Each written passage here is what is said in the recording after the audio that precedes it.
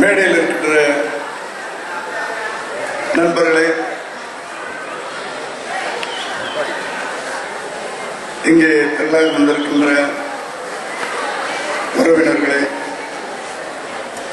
திரைத்துறையை சேர்ந்தவர்களே, என் அன்பு மகன் இளைய தளபதியின்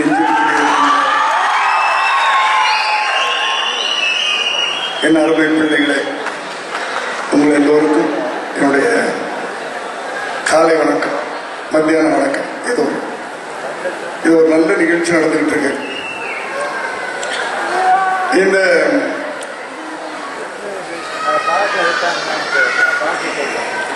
இந்த படத்தை நான் 82ல நான் பண்ணேன்.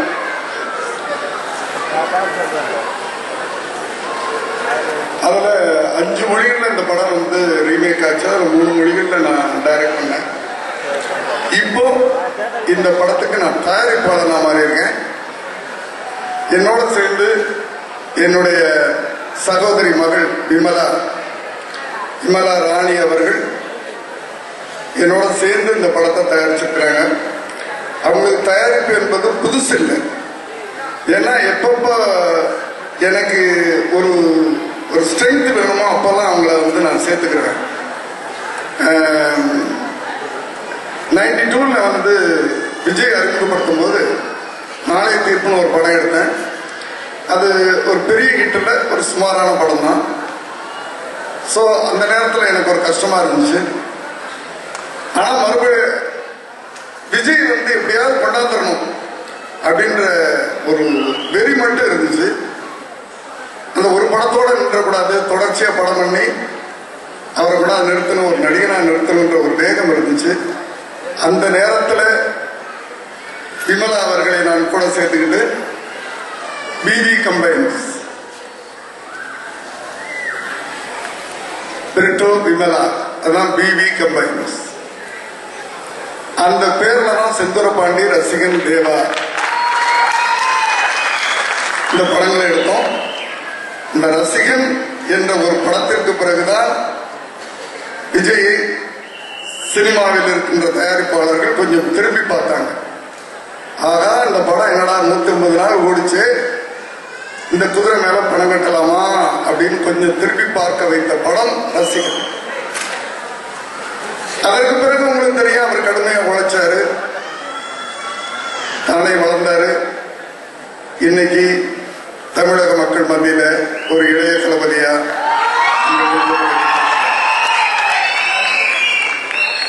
இந்த பல பேர் கேட்டாங்க, நீங்க தானே ஒரிஜினல் டைரக்ட் பண்ணீங்க, இந்த படத்தை டைரக்ட் பண்ணக்கூடாது, ஏன் நீங்க டைரக்ட் பண்ணல? பல பத்திரிகையாளரும் கேட்டாங்க, நண்பர்களும் கேட்டாங்க. இது ஒரே பதில் தான், சிம்பிள். அந்த 30 ஆண்டுகளுக்கு முன்பு எடுத்த படம் அது. அன்னைக்கு இருந்த சினிமாவினுடைய நிலைமை வேறு, இன்னைக்கு இருக்கின்ற ரசனை வேறு. அதாவது ஒரு கல்யாணத்துக்கு பொண்ணு பார்க்க போறோம்னு வச்சுங்க, பொண்ணு அழகா இருந்தா போதும். சில இளைஞர்கள் ஓகேன்றவாங்க. ஆனா பொண்ணு எப்படி இருந்தாலும் அது கழுத்துல என்ன போட்டிருக்கு, கையில என்ன போட்டிருக்கு, மூக்குல என்ன போட்டிருக்கு, என்ன படிச்சிருக்கு, என்ன வேலை செய்து, எவ்வளவு சம்பளம் வேணும், இப்படின்னு நினைக்கிற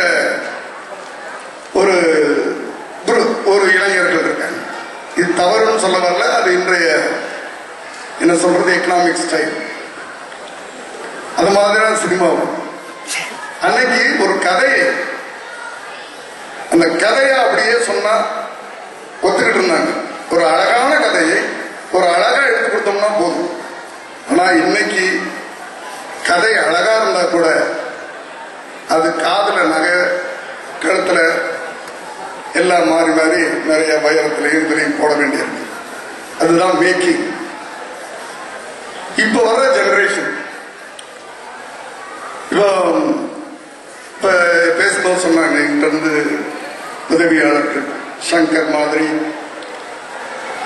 ராஜேஷ் மாதிரி போனாங்க அப்படின்ட்டு. ஜெனரேஷன். ஒரு கதையை வெறும் கதையா சொல்லக்கூடாது, அதுக்குள்ள என்ன வைக்கணும், என்னென்ன அடிஷனலா காதலை எப்படி டைமண்ட் போடணும், கழுத்துல எப்படி போடணும் அப்படின்ற ஒரு வித்தை தெரிஞ்சுட்டு இன்னைக்கு வர்ற ஜெனரேஷன் வர்றாங்க. அதைத்தான் மக்களும் ரசிக்கிறாங்க. இன்றைய ரசனை எப்படி அந்த மாதிரி ஒரு காலத்துல காதல போடுறதுக்கு எனக்கு தெரியாது, அந்த பழக்கம் எனக்கு இல்லை.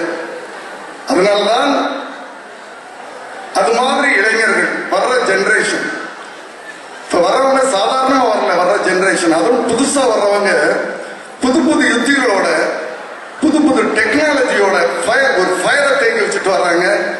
அது மாதிரி தேக்கி வச்சுக்கிட்டு 2 வருஷமா என் கூட இருந்த ஸ்னேகா, என் சகோதரியுடைய பேத்தி, எனக்கு பேத்தி. இந்த ஸ்னேகா அவங்க சொன்னாங்க, அப்பா பேசினாரு, ஒரு பெரிய பிசினஸ் மேன், உலகமெல்லாம் சுத்திட்டு இருக்கிறாரு. அவங்க அம்மா காலேஜ் வச்சிருக்கிறாங்க, ஸ்கூல் வச்சிருக்கிறாங்க, ரெசார்ட் வச்சிருக்கிறாங்க, ஹோட்டல் வச்சிருக்கிறாங்க. ஆனா ஸ்னேகாவுக்கு எப்படின்னு தெரியல, சின்ன வயசுல இருந்து எங்க வீட்டுல இருந்ததுனால எனக்கும் தெரியாம ஸ்னேகாவுக்கு அந்த சினிமா மேல ஒரு தாகம், ஒரு வெறி, சினிமாவில் ஒரு இயக்குனராக வரணும் அப்படின்ற ஒரு வெறி இருந்துச்சு. அதனாலதான் அவங்ககிட்ட இந்த படத்தை ஒப்படைச்சேன். அவர்கள் இயக்குனரான கதை, நாங்கள் தயாரிப்பாளரான கதை. இன்னொன்னு ஒரு சந்தோஷமான, என்னுடைய நேச்சர் எப்படின்னா, ஒரு ஏணியில ஏறி உயரத்துக்கு போறது ரொம்ப ஈஸி. ஆனா மற்றவங்களை உயரத்துக்கு போறதுக்கு நம்ம ஏணியா இருக்கிறதுல ஒரு சந்தோஷம், அது ஒரு திருப்தி இருக்கு. என்னிடம் இருந்தவர்கள், நீ சொன்னார்ல, என் பள்ளியில் படித்த ஒருவர் இன்னைக்கு ஒரு பெரிய டைரக்டரா இருக்கிறார். என் பள்ளியில் படித்த ஒரு நடிகர் இன்னைக்கு ஒரு பெரிய பொலிட்டிக்கலா ஒரு கேப்டனா இருக்கிறாரு. என் பள்ளியில் படித்த ஒருவர் ஒரு எடிட்டர், பெரிய எடிட்டரா இருக்கிறாரு. என் பள்ளியில் என்னிடம் உதவியாளராக இருந்த ஒரு கேமராமேன் இன்னைக்கு ஒரு பெரிய கேமராமேனா இருக்காரு. அப்படின்னு சொல்லிக்கிறதுல ஒரு வாத்தியார் மாதிரி எனக்கு அதுல ஒரு சந்தோஷம், ஒரு ஆத்ம திருப்தி இருக்கு. அதை நான் அப்பப்போ பண்ணிக்கிட்டே வருவேன்.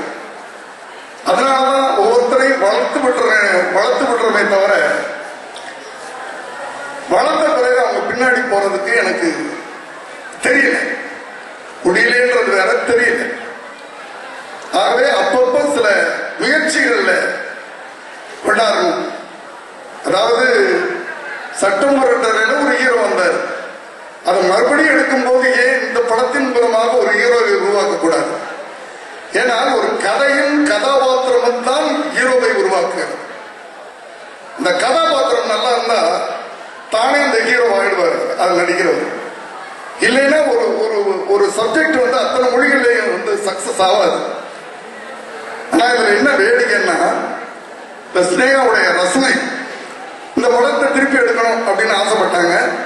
ஆனா அதே நேரத்தில் அவங்ககிட்ட என்கிட்ட முதல்ல கேட்டுக்கிட்டது, தாத்தா நீங்க ஃபேமிலி பேஸ்ல ஆக்ஷன் வச்சிருந்தீங்க, இப்ப வேலைக்கு ஆகாது, அத லவ் பேஸ்ல எனக்கு ஆக்ஷன் பண்ணி கொடுங்க, ஸ்கிரீன் பிளே பண்ணி கொடுங்க அப்படின்னாங்க. அப்படி ஒரு லவ் பேஸ வச்சு, அதான் இளைஞர்களுக்கு பிடிக்குது, என்ன மாதிரி காலேஜ் ஸ்டூடெண்ட்டுக்கு பிடிக்குது, நீங்க அதை மாத்தி கொடுங்கன்னு சொன்னாங்க. அப்படி மாத்தி கொடுத்தேன். அப்படி மாற்றி கொடுத்ததுக்கு காரணம் ஸ்னேகா. படத்தை ஃபர்ஸ்ட் காப்பி பார்த்துட்டு எல்லாரும் பாராட்டினாங்க, என்ன சார் டயலாக் ஒவ்வொரு லைன்ல இருக்கு, நீங்க நிறைய எழுதுவீங்களே டயலாக், இல்ல ஒவ்வொரு லைன்ல இருக்குது அப்படின்னு பாராட்டினாங்க. அப்படி ஒரு லைன்ல எழுத வச்சதும் ஸ்னேகா. இப்படி ஒரு டைட்டான ஸ்கிரீன் பிளே செகண்ட் ஹாஃப்ல பாத்தீங்கன்னா நெருப்பு மாதிரி போகும். எப்படி அவ்வளவு ஃபாஸ்டா இருக்குது அப்படின்னு சொன்னாங்க. அப்படி ஃபாஸ்டா கட் பண்ணி கொடுக்கறதுக்கு உதவுனதும் ஐடியா கொடுத்ததும் ஸ்னேகா.